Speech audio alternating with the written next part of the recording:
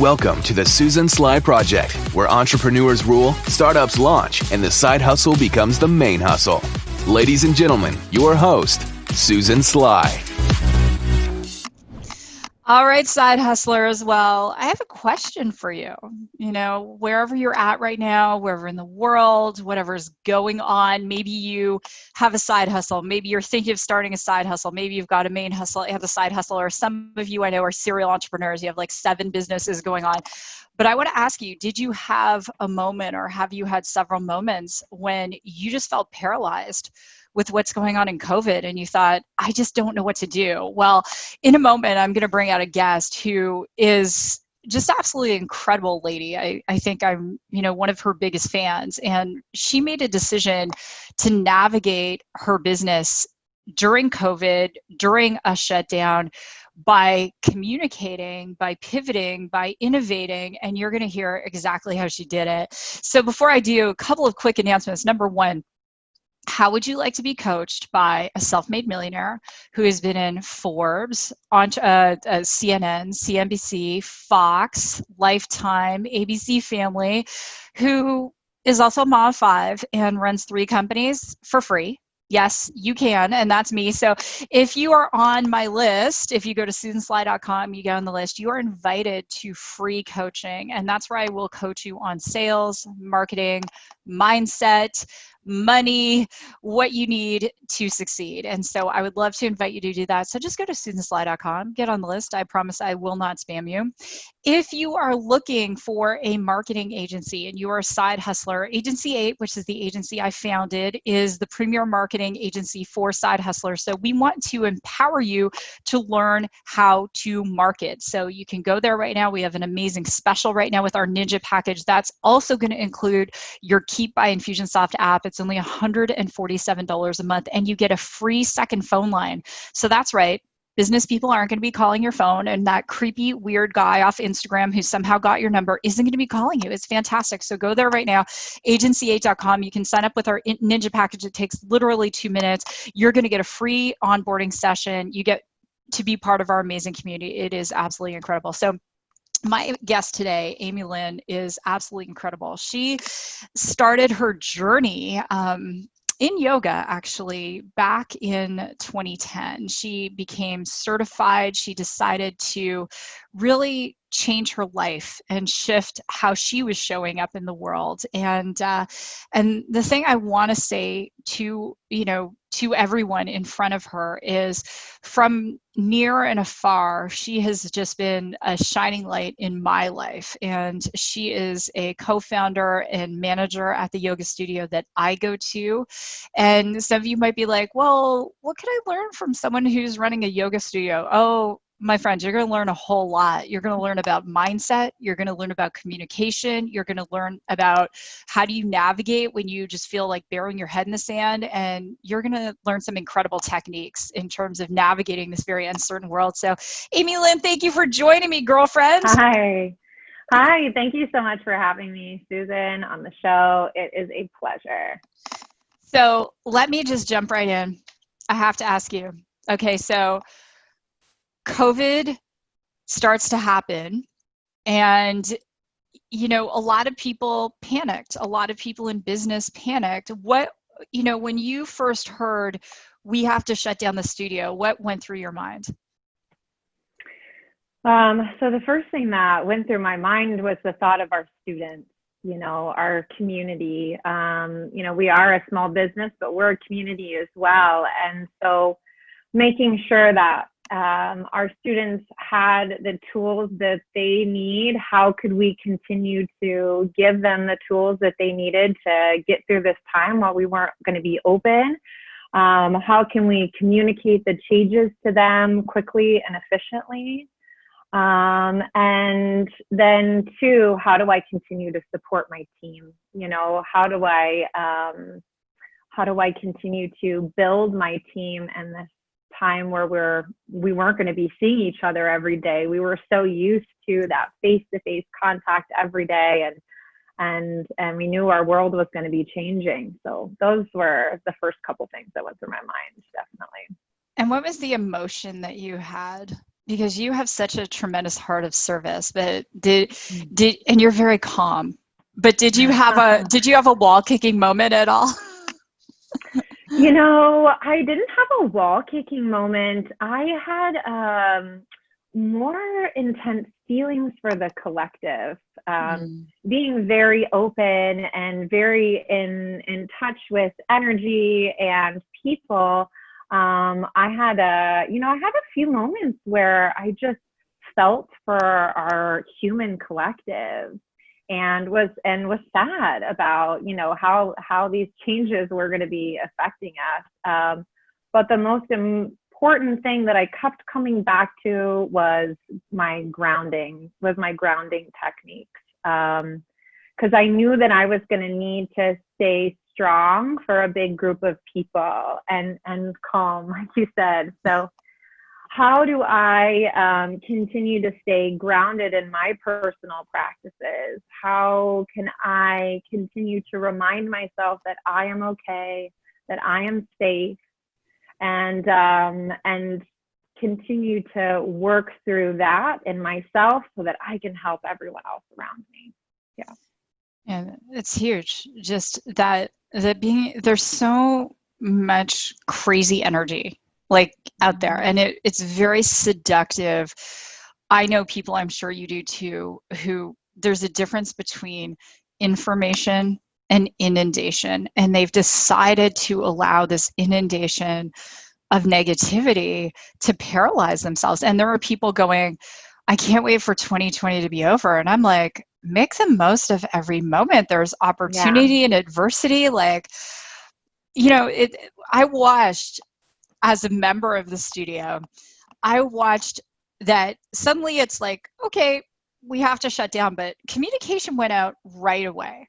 And let's talk about that. So what was that process going on internally with the team at Radiate once you knew that you had to close the doors temporarily? What was the decision-making process there?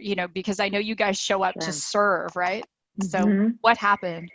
Yeah, so I work with two other really amazing women, and we support each other wholeheartedly. And one of the great things about being able to have like a tight bond within your unit that you're working with is the ability to go to work quickly.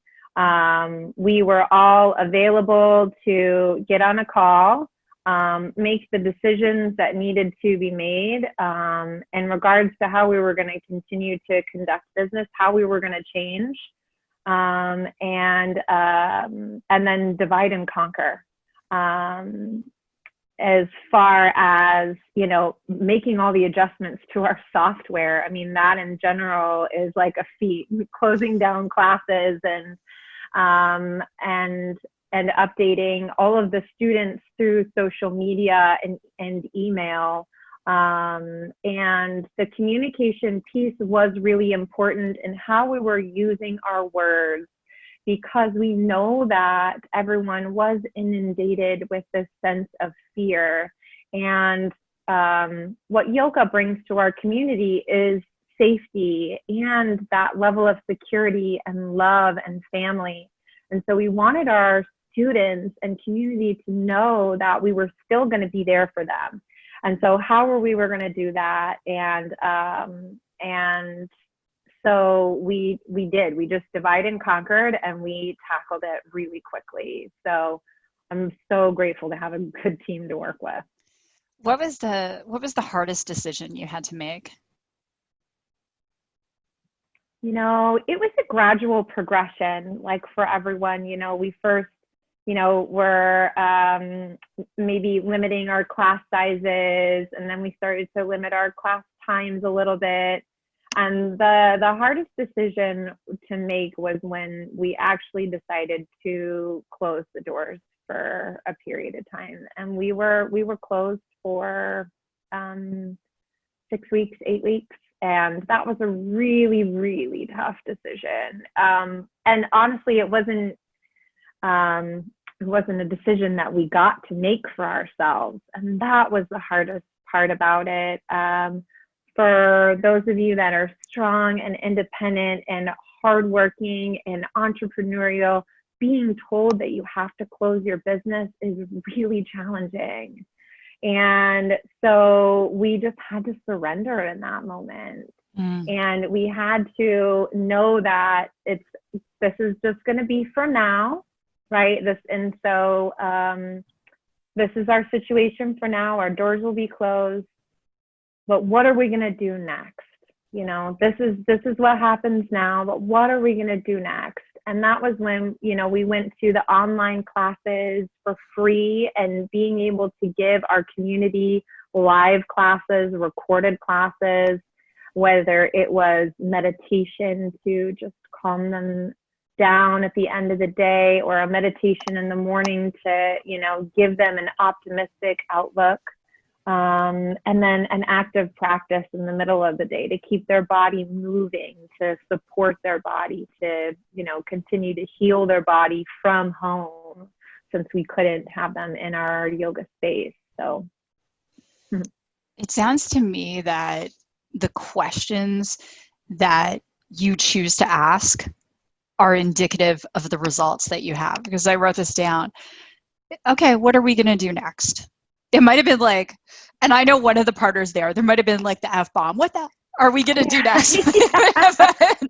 You know, like, but it sounds to me like, okay, what are we going to do next? Okay, here's what we're going to do. We're going to show up to serve. We're still going to do classes.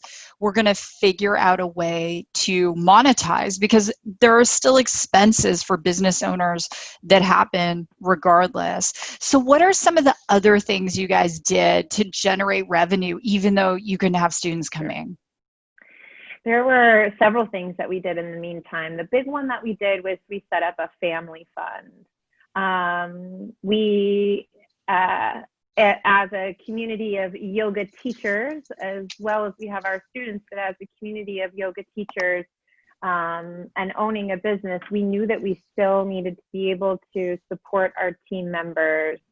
And so we set up a family fund to help with paying our rent, to help with paying our utilities, and to help pay, you know, some of our staff members that we kept on for those online classes, you know, those that weren't going the unemployment route, that decided to stay on board. So the family fund was amazing, and there was an outpouring from the community. I mean, it makes me a little emotional to talk about it.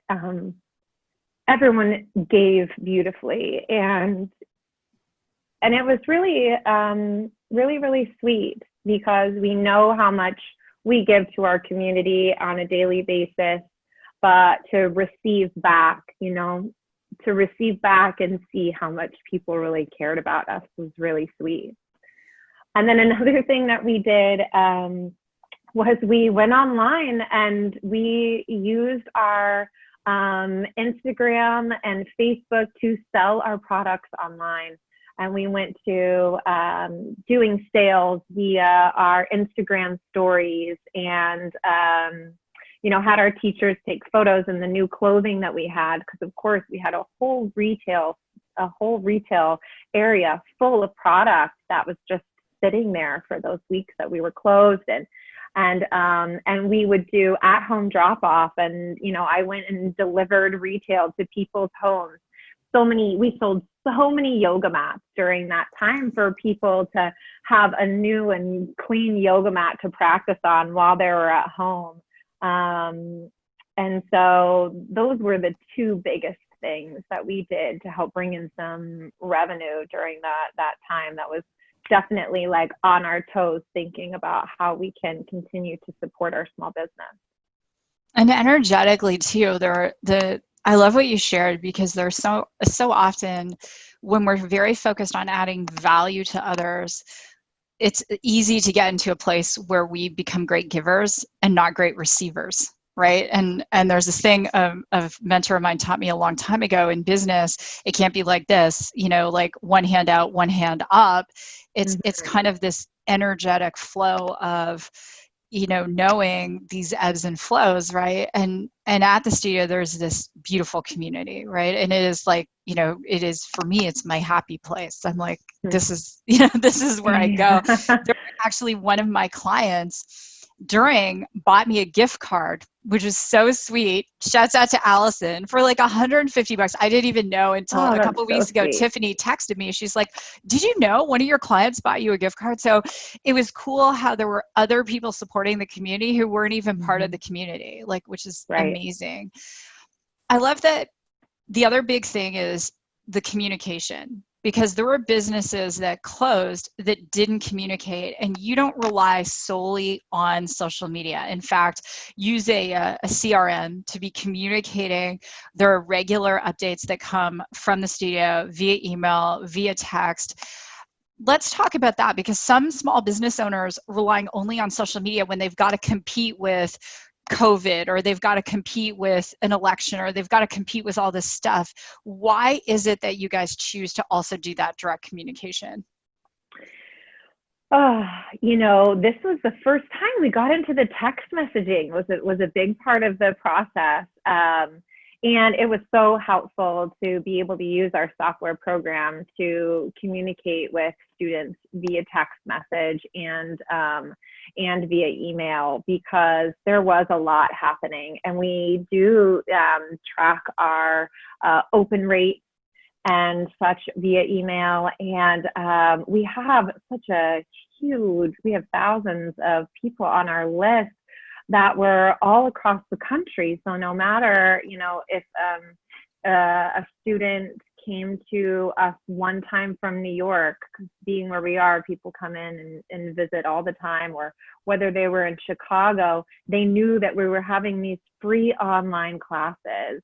They received our email. And yes, social media is really great, and it helps us with our, maybe kind of direct base here in Phoenix, or those people that are in our algorithm, but email was key to really helping us communicate the online classes, the family fund that we had set up, the online shopping that we were going through, and that was just so helpful to get it directly in people's inboxes, because you're right, social media got flooded for a while there. I mean, we all know that screen times went way up during COVID, because there wasn't too much other to do other than be on your screen on your phone. So being able to go directly into people's inboxes, and we did see our open rate increase quite a bit during COVID. So it was an amazing tool for us, and the click-throughs went up. And that's what I love about having a great CRM, is being able to track those types of percentages as well, so you can see where you really are being effective. Mm-hmm. Yeah. And there used to be, and from time to time it'll come out again. Okay, the best time to send an email is Tuesday morning. Your open rate is higher. The best, there's always different things. I think that, my humble opinion as a marketer is that when you have a community and you're communicating value to your list, that's going to help your open rate. Right? That you're not, it's not just constantly selling. You guys did a lot of storytelling, a lot of sharing. My favorite story is this. So with the first day you were able to reopen, there was an email that just came out like boom, right? And I was like, I have to go to the studio. And I was taking Mo's class, and he told this story and I saw you there that morning. I'm like, girl, how did you get this out so quickly? And you told me that you wrote the email that you guys were opening before you were even allowed to open, so that the moment you could find out, you would click a button. Let's talk about that, because that takes a few things. It takes the energy of faith. Like, yeah, we are going to get on the other side of this, and I'm going to be so faithful in this that I'm going to prepare that email anyway. What compelled you to do that? Being forward thinking is an interesting process, because we want to be, we practice presence, being here in the moment, right? Well, we always have to have that hope and faith of whatever it is we're after, right? Whatever our goal is. And during that time, our goal was reopening, right? We were all just like counting down the days and waiting to hear from our governor when we could reopen. And so we knew that it was coming. We felt it was coming. And honestly, we started working on the email weeks before, because we're really big into being a loving community and being really caring and thoughtful. And we wanted to make sure that how we were communicating our reopening was worded perfectly, that we were conveying the, sincerity of our concern for what was still happening in the world. Like we're still not out of this, right?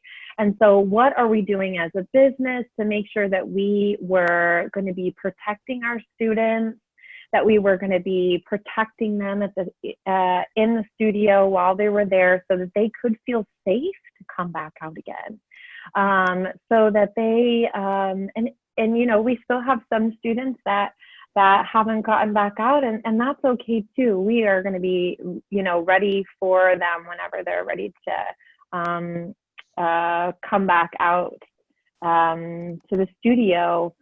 So we wanted to make sure that those couple things were mentioned. Was definitely like our excitement for being open, but two, we wanted to make sure that we were covering people's needs of, their safety because of the influx of fear that had gone out. It was really important that we gave our students a sense of security that they were going to be okay to come back in, that it was all right to come back and practice yoga. So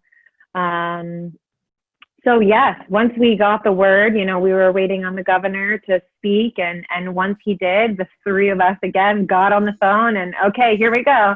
All right, we got the email ready. Okay, I'm hitting send. And then, I think that was at like 5 or 6 o'clock at night, and we were opening the next morning at 7 a.m. And being able to get that communication out quickly, to be able to get our software up and running again quickly, was key to being able to, again, get the students back in and start generating revenue again for our business. So. It's absolutely amazing, Aimee, because I think that, as I said, there are a lot of people out there who are like, oh, I don't know what to do. I love what you said. We wanted our students to feel safe, but, we also, that goal is that covering people's needs, creating that space for them. That's why this is the #1 studio in all of Phoenix, right? 2 years in a row, this community, it's so unique. I literally work with thousands of small business owners. And when I say this, what you guys did was so rare. And let me ask you this, how did that shutdown make you guys stronger as a team? Because it's clear to me that, from the communication, there was always a lot of unity, but like you're so much stronger now. Yeah, I definitely feel like it bonded us in a different way.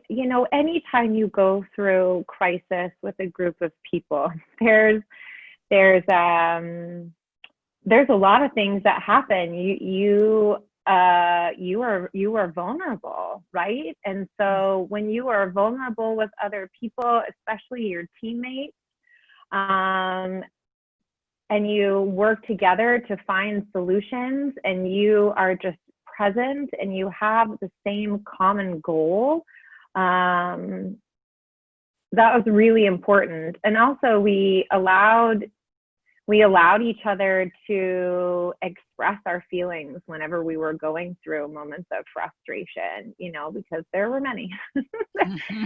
There were. I mean, it wasn't all, we weren't always like cool cucumbers, there were some moments where we were frustrated and we were angry. And so, giving each other moments to be able to vent our frustration, and then, okay, now what are we going to do about it? Like, let's get the allow us to get the emotionally weighty or emotionally heavy things out of the way. Okay, now what's going to be our solution? Now that we've gotten those pieces out, like, what's the most like level-headed solution that we can come up with? So definitely we are much more bonded now than we were in the beginning of COVID. Mm-hmm. Would you say, it was so interesting what you said, allowing ourselves to be vulnerable, allowing ourselves to express that frustration, and then moving forward and saying, okay, what's the best solution we can, come up with right now? Would you say that for some people that's a challenge? They're trying to make rational decisions when they haven't allowed themselves to fully release what needs to be released? Yeah, exactly. Getting into a little bit of the energetics talk of yoga. There is a buildup that happens anytime that we're going through something or things aren't sitting right with us, or we start to get angry or frustrated. There's a buildup that happens and a release that also naturally needs to happen. And you can get that release from either, something like vigorous exercise, like hot yoga, or going for a run, or being able to verbally get it out. I think that sometimes, even if it's heavy, what we're feeling in the moment, being able to express it verbally, being able to get it out, sometimes you need to yell it out. Sometimes you need to get angry and frustrated so that you can, they used to call it burning off steam for a reason, right? So that it will relieve the pressure. And once you relieve that pressure, then you come out on the other side much more clear about how to handle things. So yeah, definitely it's an important part of the release. The release is huge, and whatever is not expressed is going to be suppressed, and that's where people do a ton of drugs, they overeat, they drink, and we saw that a lot in quarantine, where liquor sales were up, like, I don't know, like just an exorbitant amount, and everyone knew what was happening in Tiger King, and like it was like this. It wasn't going anywhere. I want to share a story with you that involves Radiate. So last year, I did for many years in Canada, I did an event based on a best-selling book I wrote called The Have It All Women. And so I didn't do any events in the US when I first came, but last year I started my first event, which was a marketing event for small business owners. And we're doing, bring in like one of the top podcasters in the world, YouTube specialists, everything, but there was a spiritual component. We hired a videographer who did video of people. He did interviews. He did a bunch of B-roll, and he disappeared with all our footage $15,000 later. So we couldn't find him. Aimee, couldn't find him. We're calling him. One of my staff is calling him. And one day I was at Radiate, and I was like, what is it that I need to learn from this situation and how I'm showing up in the situation? So I was doing yoga, and then I went out to my car. You mentioned screaming, and I had all the windows closed. I was like, scream, scream, scream. And I'm not even kidding you. The moment I finished screaming and I let it out, he called me. And I love that. And then we received this massive hard drive with all of our footage on it. And I think it's so key what you said, and I hope that everyone listening gets it. You can't hold this stuff in. Like, and you've done many healing certifications. I want to sort of finish the show with this. I would love for you to share, what are some techniques that you mentioned, screaming if you need to scream, do something physical. What else can people do to deal with, as you said, some of this heaviness they might be feeling, because it's toxic and it also holds us back, right? Yeah, so I totally agree. Having some tools in your back pocket right now to be able to handle life is really important. And one of the biggest ones that I love that is cheap and easy is journaling. Mm-hmm. It, having a piece of paper or getting an inexpensive notebook to just write things out is really important. What happens when we journal is we breathe things from our mind and we bring it down into our heart, and it comes out our arm and into the pen. And so when we do that, we can really allow ourselves to express and to get things out. I think therapy is wonderful if you can do that. However, being able to journal gives you an outlet very similar. It gives you this format to express yourself with no judgment whatsoever. There's no one on the other side to judge you. It's always available 24 hours a day. So if you're laying in bed at night and you can't sleep, grab your notebook, grab a pen, write down what's going on in your mind. Get it out of your mind. It is a form of relief to bring the thoughts out onto paper. And so I think that is a really, really great way to be able to get things out that maybe you don't feel comfortable talking to people about either. Because there are so many different views and different opinions right now, and maybe use the journal to explore your own opinions and to explore what's going on with you. This time has given us a lot of alone time, a lot of time to sit in contemplation, a lot of time to sit and think. And so what a great time to really explore the inner workings of your mind, maybe see what your true intentions are, what your true desires are. Doing a manifesting journal, or maybe you use a journal to dream up what this next phase of life is going to look like for you. I think that manifesting is really important, and one of the great ways to start doing that is through journaling and just allowing yourself to daydream and see yourself in the vision of this new world that we have ahead of us. So journaling is really great. And then also, I love meditation. There are so many great formats out there these days for recorded meditations. I use the app Insight Timer, but I know that there are several others. And that's one of my favorite things to do when I wake up in the morning and I can already sense that my brain is wanting to go a direction that I'm not wanting it to. I can pop on a meditation for loving kindness, or pop up a meditation about self-care, and just take 20 minutes first thing in the morning to get my mind in the right direction right away before I even start my day. And that usually is like a big one. And if you can meditate and journal and you have time for both, great. Yeah, just get up really, really early. Just get up really, really early. It's the I was doing yoga yesterday with my daughter, who's my youngest one, who's 11, and she's like, "Mommy, when did you start doing yoga?" And I was like, the 90s, like early 90s, maybe even before then.